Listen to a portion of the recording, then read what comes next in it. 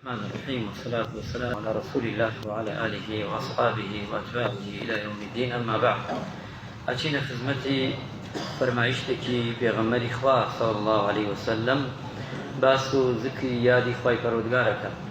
إذا فرميت أفضل الذكر لا إله إلا الله، قولترين ذكر إنسان كبيكا لا إله إلا الله. أفرمي بيغمر إخوة صلى الله عليه وسلم وأفضل الشكر الحمد لله،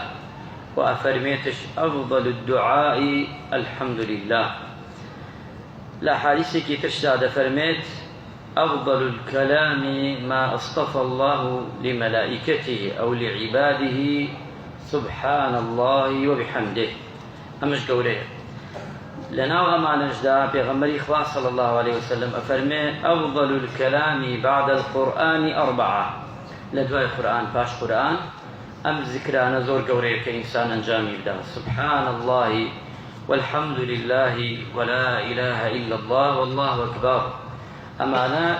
أم ذكرانا إنسان بتواني للرجاري خوي دابتايبتي لما أنه في رزا ودكاتي ترشتا بردوام بليتوا بين أم ذكرانا بخات سرزاري بو أوي زباني باراو بيبادي خوا شتكي حزكين بجنابتان راقينين الشوي بيستويك إن شاء الله لا يخمان إما سي قرآني نيو دولتي من دعوت كردوا